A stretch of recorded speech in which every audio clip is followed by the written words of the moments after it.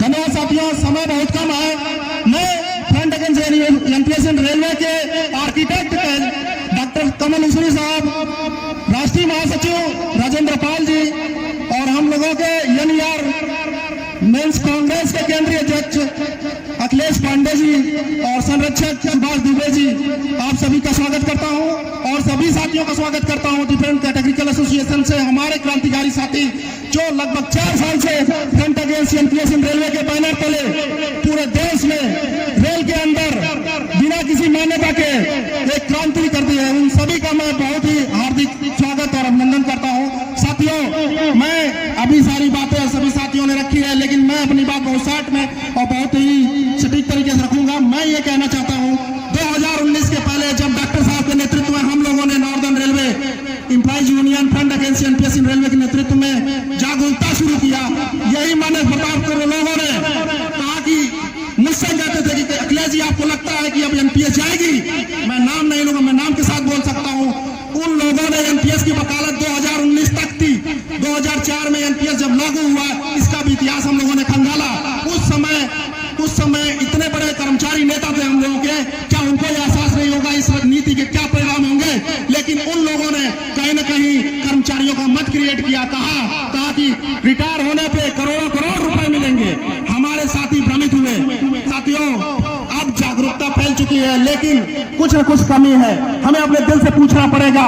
इस मंच से जब हम यहाँ पे जनसभा में होते हैं तो हम तो ठान लेते हैं, लेकिन कहीं न कहीं यह आंदोलन हमें जन आंदोलन बनाना पड़ेगा, जैसा कि आज के कार्यक्रम का नाम जन संवाद रखा गया है। तो इसलिए हम सभी साथियों से कहना चाहते हैं, ये लड़ाई हमारी विचारधारा की लड़ाई है। हमारी लड़ाई पूंजीवाद से है।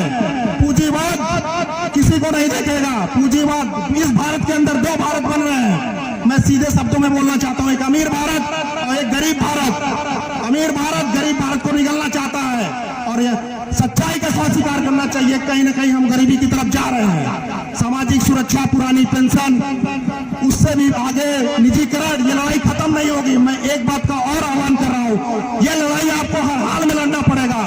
आज 28 जनवरी 2024 को हम बनारस में एक निर्णायक कार्यक्रम में उपस्थित हैं, लेकिन आप याद रखिए, आप चाहें या न चाहें, हमें आने वाली पीढ़ियों के लिए यह लड़ाई लड़नी पड़ेगी।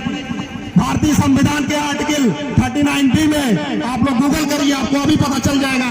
सीधा लिखा हुआ है कि देश के भौतिक संसाधनों का वितरण ऐसा होना चाहिए। बाबा साहब भीमराव अम्बेडकर ने प्रोविजन किया है कि जो सबको सुलभ हो।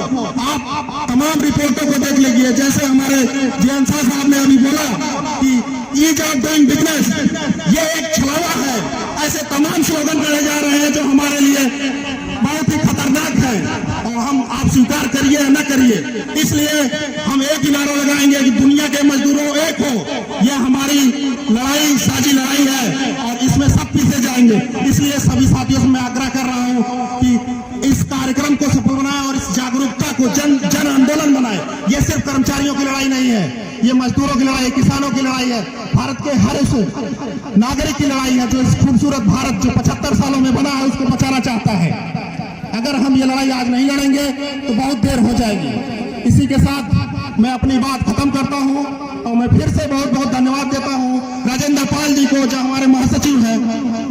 उन्होंने आज से 10 साल से इस जागरूकता अभियान को और इस रेलवे के फ्रंट अगेंस्ट एनपीएस रेलवे के निर्माण में एक ऐसा मंच क्रिएट करने में जिसमें रेलवे के सभी कैटेगरिकल एसोसिएशन, हमारे अलारसा के साथी, AIRTO के साथी, सभी साथियों ने अपनी ऊर्जा दी है, अपना नेतृत्व दिया है, तब हम इस मंच पर पहुंचे हैं। लेकिन जब तक ओपीएस बहाल नहीं होगी, जब तक निजीकरण रुकेगा नहीं, तब तक हम शांत नहीं होंगे। अभी हमारे AIRTO के साथी राकेश वर्मा जी ने अपनी बात रखी, मुझे भी बहुत दुख होता है। मैं भी इंजीनियरिंग कैटेगरी से हूँ, हमारे साथी हैं ट्रैक मिंटेरा साथी, हर रोज रन ओवर की घटना आती है। जितने शहीद बॉर्डर पे होते हैं उसके 4 गुना शहीद हमारे रेल में ट्रैक पे हो जाते हैं, लेकिन देश में ये कभी चिंता का विषय नहीं बनता।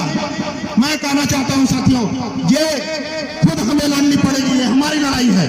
और जहां तक रही बात मान्यता प्राप्त वालों की, मैं एक जिक्र करके आपको खत्म करना चाहता हूं अपनी बात को। 25 दिसंबर 2022 को लखनऊ के लखनऊ के अंदर फ्रंट अगेंस्ट एनपीएस के नेतृत्व में कार्यक्रम हुआ और एलासा यानी रेलवे मेंस कांग्रेस, एआईएटी और तमाम category OBC SC ST association के साथियों ने वो ताकत दिखाई। उसके बाद दोनों मान्यता प्राप्त संगठनों को एनजेसीए बनाना पड़ा।